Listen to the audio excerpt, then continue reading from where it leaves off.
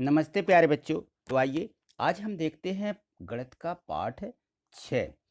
इसके पहले वाले जो पाठ हैं वो हमने पिछली वीडियो के माध्यम से समझे थे। यदि आपने उनको नहीं समझा है और अपनी एट ग्रेड में नहीं लिखा है तो इसके डिस्क्रिप्शन में लिंक दी गई है, उस पर जाके देख सकते हैं। या सबसे अच्छा तरीका रहता है प्ले लिस्ट पर जाके देखिए, क्योंकि हम सीधे मोबाइल खोलते हैं तो हमें डिस्क्रिप्शन बॉक्स तो मिलता नहीं है। सीधे क्या करना है, प्ले लिस्ट खोलना है। प्ले लिस्ट खोलने के लिए क्या होता है, एक छोटी सी प्रोसेस होती है। यदि आप उसको समझ लेते हैं तो आप निश्चित ही सीधे प्ले लिस्ट पर जा करके वहाँ से सभी वीडियो देख सकते हैं, क्योंकि आप जो है नवोदय विद्यालय की भी तैयारी कर रहे होंगे तो उसकी भी वीडियो इसी चैनल पर डली हुई हैं। तो उसी जाकर के उसी प्ले लिस्ट पर जाके देख लीजिए। तो देखिए प्ले लिस्ट पर कैसे जाना है, देखिए यहाँ पे। तो यहाँ देखिए इस प्रकार से जैसे ही आप अपना मोबाइल खोलते हैं तो इस प्रकार से आपके यहाँ पर यूट्यूब दिखेगा, है ना। आप अपने यूट्यूब पर जाइए। यहाँ हम क्लिक करेंगे तो किस पर चले जाएंगे, हम सीधे यहाँ पे यूट्यूब पर चले जाएंगे, है ना। तो यूट्यूब पर जाने पर देखिए तो आपके मोबाइल पर जैसे ही आप यहाँ खोलते हैं तो यूट्यूब इस प्रकार से आपको यह पूरी स्क्रीन पर दिखने लगता है। यहाँ पर ये देखिए, ये है अपना यूट्यूब, है ना। तो ये यूट्यूब है। तो इस यूट्यूब पर यहाँ देखें आगे चिन्ह बने हुए हैं। तो ये जो चिन्ह बना हुआ है ये सर्च का चिन्ह है, इसको क्लिक करना है। तो देखिए हम इसको क्लिक करते हैं जैसे ही, तो इस प्रकार से स्क्रीन पर ये यहाँ दिखने लगता है। यहाँ लिखा हुआ सर्च यूट्यूब और यहाँ माइक बना रहता है और ये आपकी कीबोर्ड रहती है ना। तो इस कीबोर्ड से इस पर आपको क्या करना है, टाइप करना है।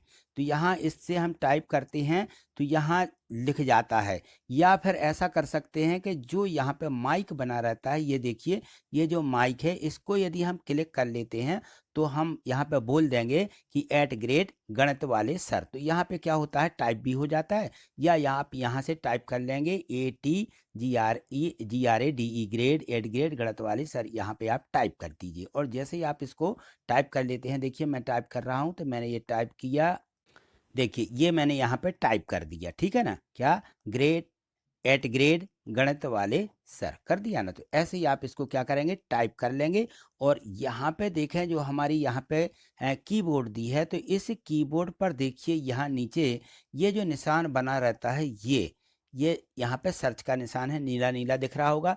या किसी किसी में ऐसा तीर का निशान भी बना रहता है और ये भी नीला रहता है। तो हमें क्या करना है, इसको क्लिक कर देना है। जैसे ही हम इसको क्लिक करते हैं तो यहाँ देखिए प्ले लिस्ट खुल जाती है। तो हमने इसको क्लिक किया और क्लिक करने सबसे पहले इस प्रकार से वीडियो दिखेंगी, एक दो वीडियो दिखेंगी। और इन वीडियो में देख लेना कि ये गणित वाले सर की जो भी वीडियो आपको दिखे इस प्रकार से, तो आप उस वीडियो पे क्लिक कर दें। तो हमें वीडियो पे क्लिक करना है। हमने ये वीडियो पे जैसे ही क्लिक किया तो क्लिक करने पर देखिए तो ये वीडियो खुलने लगती है और ये यहाँ पे चालू हो जाती है वीडियो। तो यहाँ दो निशान आते हैं और सफ़ेद से रहते हैं, तो इसको आप पॉज कर दें, बंद कर दें, है ना।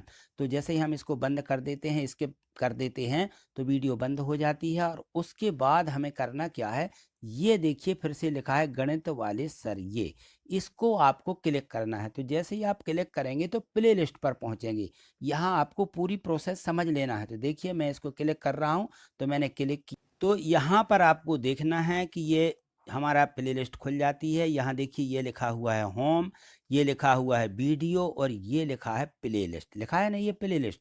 तो आपको यहाँ क्लिक करना है प्ले लिस्ट पर। तो देखिए ये हम इस पर क्लिक करते हैं। जैसे ही प्ले लिस्ट पर क्लिक करते हैं हम, तो देखिए ये प्ले लिस्ट खुल जाती है। और यहाँ पर देखें तो ये वीडियो डली हुई है, गणित है कक्षा 6 की गणित की 3 वीडियो डली हैं। यदि हमें देखना है तो इनको देख सकते हैं। 7वीं गणित देखना तो यहाँ भी देख सकते हैं। और आगे ऊपर खिसकाते चलेंगे तो आपको यहाँ पे कुछ इस प्रकार से सभी प्ले लिस्टें मिल जाएंगी, जिस भी कक्षा की चाहिए हो। अब देखिए यहाँ पे ये चौथी की भी, तीसरी की भी, 5वीं की भी सभी प्ले लिस्टें इसी पर डली हुई हैं। तो आपको यहाँ पे तो इनको आपको देख लेना है। तो देखो आपको क्लिक करके यहाँ पे देख लेना है। तो मुझे विश्वास है कि आपको ये सभी जो हमने बताई है प्रोसेस करने की वीडियो किस प्रकार से देखें। तो आपको सबसे पहले यूट्यूब पर जाना है। तो यहाँ से जितनी प्रोसेस बताई है वो सब आपको कर लेना है, ठीक है। तो अब देखिए पाठ 6, मैं तेरा गुणनखंड गुणज तू मेरा। अब देखो ये जो गुणनखंड वाला ये पाठ है, ये नवोदय विद्यालय परीक्षा में भी इसके जो है प्रश्न पूछे जाते हैं। तो आप मन को जो है यहाँ से अच्छे से तैयारी करना है। प्रत्येक प्रश्न को अच्छे से समझना है। तो यहाँ देखिए प्रश्न एक दिया गया है कि संख्या 4 के प्रथम 5 गुणज लिखिए, है ना, गुणज है यहाँ पे।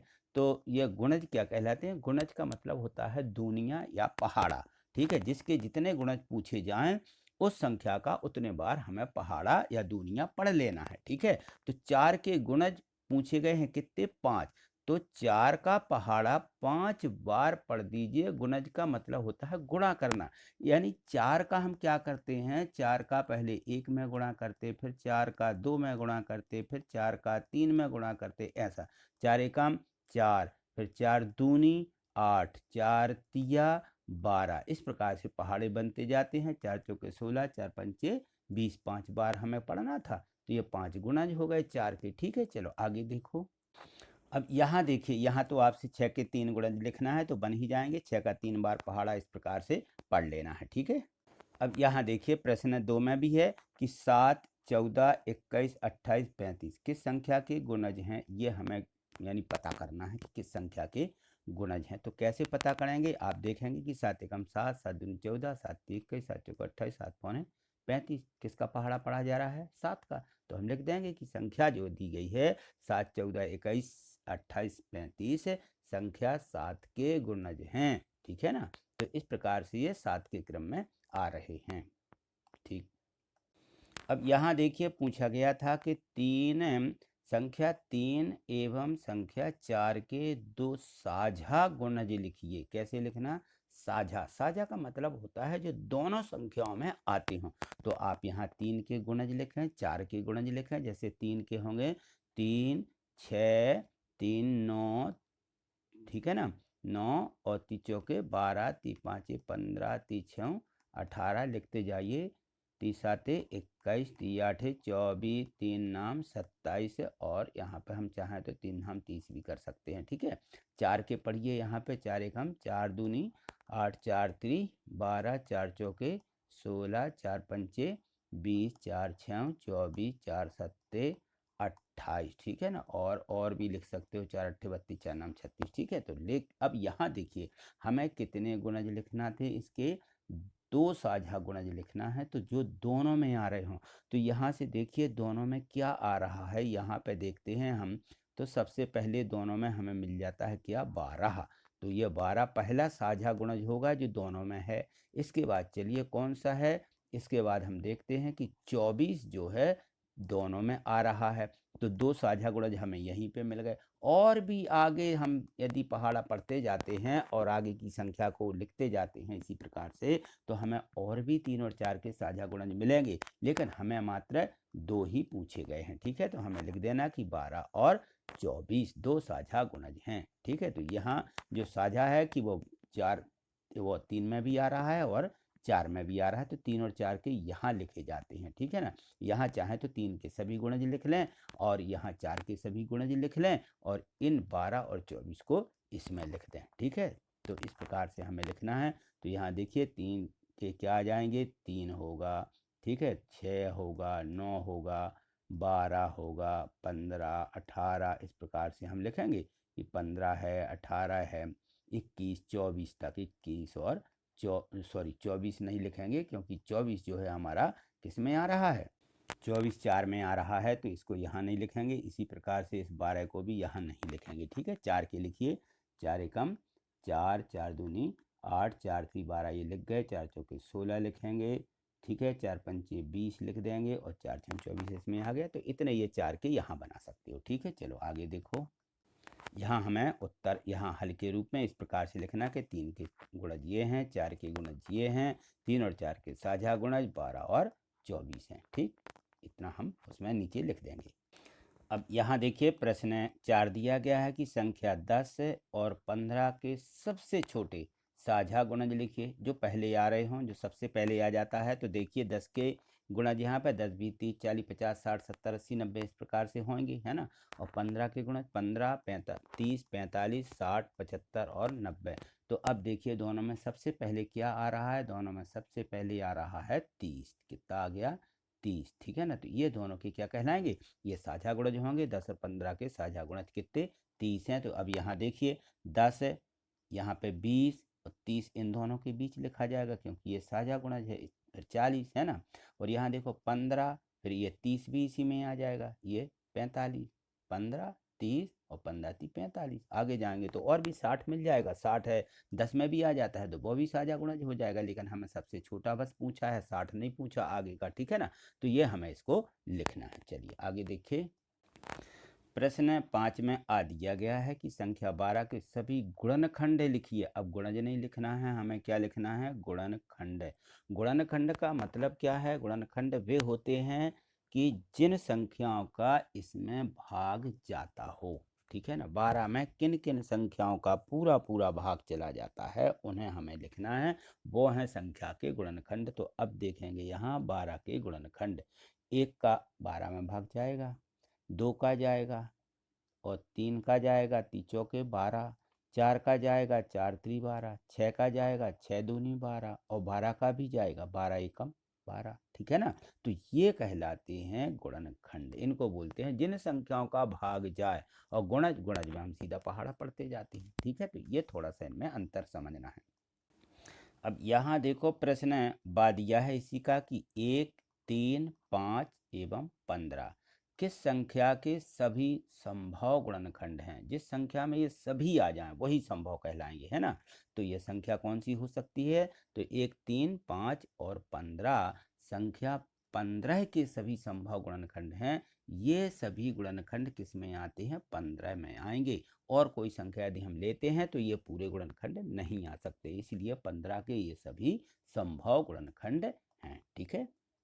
अब यहाँ देखो प्रश्न 6वां दिया गया है कि संख्या 24 और संख्या 30 के साझा गुणनखंड लिखिए। अब हमें साझा गुणनखंड भी लिखना है, अभी हमने साझा गुणज भी लिखे थे, अब यहाँ साझा गुणनखंड लिखना है। तो पहले गुणनखंड कर लीजिए। 24 के गुणनखंड कौन कौन से होंगे, तो ये सभी 24 के गुणनखंड होंगे, इन सभी संख्याओं का 24 में भाग जाता है, ठीक है। इसी प्रकार से 30 के क्या हो जाएंगे, देखिए 30 के सभी साझा गुणनखंड हो जाएंगे, वो गुणनखंड हो जाएंगे। अब साझा ढूंढना है जो दोनों में आ रहे हों, तो देखिए यहाँ पे 1 दोनों में है तो ये साझा गुणनखंड होगा, 2 भी दोनों में है तो 2 साझा गुणनखंड होगा, ठीक है ना। 3 देखिए तो 3 दोनों में है, इसलिए 3 भी क्या होगा, साझा गुणनखंड होगा। और इसके बाद 6 भी है तो 6 भी क्या हो जाएगा, साझा गुणनखंड होगा। तो यहाँ लिख दिया है कि साझा गुणनखंड 1 2 3 और 6 है। यहाँ पे 6 नहीं बनाया है, इसमें यहाँ लिख दिया गया है, इसको अलग कर दीजिए यहाँ से, 6 यहाँ लिखा जाएगा, 1 2 3 6, ठीक है ना। तो इस प्रकार से हमें ये इनके साझा गुणनखंड लिखना है, ठीक। इसके बाद नहीं आ रहे हैं, चलिए आगे देखिए। अब यहाँ देखो प्रश्न 7 में यहाँ दिया कि संख्या 30 एवं 45 का सबसे बड़ा साझा गुणनखंड लिखिए। सबसे बड़ा जो हो, छोटे वाले नहीं लिखना है। तो यहाँ देखो 30 के सभी गुणनखंड ये हो जाएंगे, ठीक है ना। और 45 के देखिए तो 45 के 1 3 5 9 15 और 45। अब देखिए दोनों में कौन कौन से आ रहे, 1 आ रहा, 2 आ रहा, वो 3 आ रहा, 5 भी है ना। तो इसके बाद हम देखते हैं तो साझा गुणनखंड जो है 15 है और दोनों का सबसे बड़ा है। इससे छोटे वाले गुणनखंड तो 1 है, ठीक है ना, 3 है, 5 है, ये हैं छोटे, लेकिन सबसे बड़ा जो है वो क्या है, 15 है। तो यहाँ लिख देंगे हम, ठीक है, ये सबसे बड़ा साझा गुणनखंड है और यहाँ लिख देंगे कि सबसे बड़ा साझा गुणनखंड 15 है, ठीक है। चलिए आगे देखिए। यहाँ देखो प्रश्न 8 दिया है कि संख्या 12 24 36 का सबसे बड़ा साझा गुणनखंड लिखिए। यहाँ भी हमें सबसे बड़ा लिखना है और संख्या हमें 3 दी गई है। तो यहाँ देखो 3 गोले बनाए गए हैं, 3 गोले हैं, यहाँ तीनों गोलों में ये पॉइंट तो देखें, ये वह यहाँ पे दिखाया जा रहा है जो तीनों में हो। तो यहाँ देखो 12 के गुणनखंड ये हो जाएंगे 1 2 3 4 6 12, ठीक है ना। 24 के हो जाएंगे 1 2 3 4 6 8 12 24, है ना। और 36 के भी हो जाएंगे 1 2 3 4 6 9 12 और 18 36। तो हमें सबसे बड़ा लिखना है जो तीनों में हो। तो देखिए यहाँ सबसे बड़ा गुणनखंड जो तीनों में है वह है 12, इसमें भी आ रहा है, 12 इसमें भी है, 12 इसमें भी है ना। तो ये हो जाएंगे दोनों के सब, तीनों के सबसे बड़ा साझा गुणनखंड। छोटे तो हैं, 1 है तीनों में, 2 है तीनों में, 3 है, 4 है, 6 है, तीनों में है, लेकिन हमें क्या लिखना था, सबसे बड़ा, तीनों का सबसे बड़ा साझा गुणनखंड, तो यहाँ लिख दीजिए 12 है, ठीक है ना। तो उस तीनों गुणनखंडों को लिखा तो यहाँ जाएगा, 1 को, 2 को, 3 को, 4 को, 6 को, 12 को यहाँ लिखा, लेकिन यहाँ जगह नहीं है दर्शाने के लिए, ठीक है ना, इसलिए इसमें नहीं भरना है। आगे इस प्रकार से लिख देना, ठीक है। चलिए आगे देखिए। अब यहाँ प्रश्न 9वां देखिए, इसमें दिया है कि संख्या 36 का गुणनखंड पेड़ कितने तरीकों से बना सकते हैं, उनमें से 3 को नीचे बनाइए। तो 3 तरीकों से हमें नीचे बनाना है, किसके गुणनखंड को, 36 के जो गुणनखंड हैं, और उसका जो है पेड़ बनाना, क्या बनाना है, पेड़ बनाना है। तो देखिए यहाँ पे ये हमने यहाँ पे पहला, यहाँ दूसरा और यहाँ तीसरा, 3 तरीकों से इस प्रकार से हम इसको तोड़ सकते हैं कि ये 36 है, तो 36 में यदि हम करते हैं तो 18 दूनी 36 होते हैं, या पहले 2 का भाग लगाएंगे 36 में, तो 2 ही 18 36, ठीक है ना। अब यहाँ 18 के तोड़ेंगे तो 18 के 2 ही नाम 18 आ जाएंगे, फिर 9 के भी टूटते हैं तो 3 तिरका 9, है ना, इस प्रकार से तोड़ेंगे। यहाँ दूसरे में देखो तो यहाँ 36, फिर 4 नाम 36, है ना, फिर 4 के देखो 2 गुणे 2 यानी 2 दूनी 4 होते, यहाँ पे 9 थे तो 3 तिरका 9, यहाँ 9 आ जाएंगे, है ना। तो ये पेड़ इस प्रकार से टूट सकता है। या देखो इस प्रकार से तीसरा हमने ऐसा लिखा कि 6 6 36, 6 6 36 हो जाते हैं ना, 6 का गुणा करेंगे, और 6 के 2 और 3, 2 3 6 आ जाएंगे, यहाँ पर भी 2 3 6 आएंगे, ठीक है ना। तो इस प्रकार से देखिए हमें ये 36 के गुणनखंडों के कितने 3 तरीके, इन पेड़ों को बनाने में 3 तरीके हैं, इनको 3 तरीकों से बनाया जा सकता है, ठीक है। चलिए आगे देखिए। अब यहाँ देखिए प्रश्न 10 तो जो यहाँ पे दिया गया है, इस प्रकार के प्रश्न नवोदय विद्यालय परीक्षा में पूछे जाते हैं, तो इसको अच्छे से समझिए और जो है इस चैनल को सब्सक्राइब करके रखिए और प्रत्येक वीडियो को लाइक कर दीजिए, क्योंकि बाद में ये सब करना हम भूल जाते हैं। तो यहाँ देखिए नीचे, तो यहाँ देखिए ये जो है लाइक का चिन्ह बना रहता है, तो इसको आप क्लिक कर देते हो तो यहाँ सा काला हो जाता है, यानी आपने वीडियो को पसंद किया है और चैनल तो आपने सब्सक्राइब कर लिया होगा। इस प्रकार से दिख रहा है, रेड नहीं दिख रहा है, तो आपने चैनल को भी सब्सक्राइब कर लिया, क्योंकि ये सब बाद में हम करना भूल जाते हैं, इसलिए इनको अभी से क्लिक कर लेना है, ठीक है। चलिए देखिए यहाँ पे प्रश्न 10, तो इसको पढ़िए, इसमें को समझ के पढ़ना है। सोनू के एक कमरे के फर्श की माप 5 मीटर गुणे 3 मीटर है। क्या है ये, पूरा उनका फर्श है, सोनू का कमरे का फर्श, फर्श नीचे का जो हिस्सा है ना, 5 मीटर गुणे 3 मीटर का ये लंबाई दी गई, ये चौड़ाई दी गई है।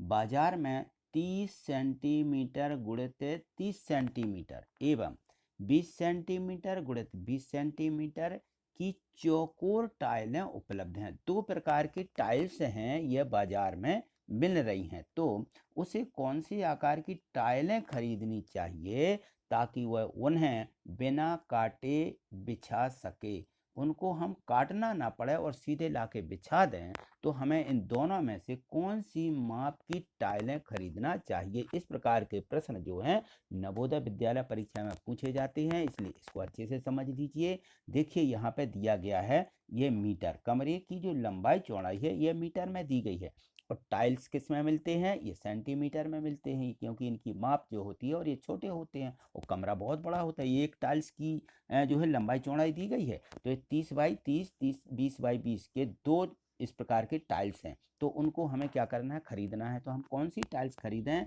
कि मिस्त्री यहाँ पर के बिना काटे छांटे उनको बिछा सके। तो देखिए यहाँ पे हम यहाँ पे लिख देंगे, मीटर को पहले सेंटीमीटर में बदल लेंगे, तो यहाँ देखो 1 मीटर में कितने 100 सेंटीमीटर होते हैं, जब 1 में 100 होते हैं तो 5 में कितने हो जाएंगे, 5 मीटर में 500 सेंटीमीटर, और 3 मीटर में, तो 3 मीटर में 300 सेंटीमीटर, ये हम यहाँ पे इनको लिख लेंगे, ठीक है। अब देखिए हम क्या करेंगे, कमरे की कुल माप निकाल लेंगे कि कितनी है।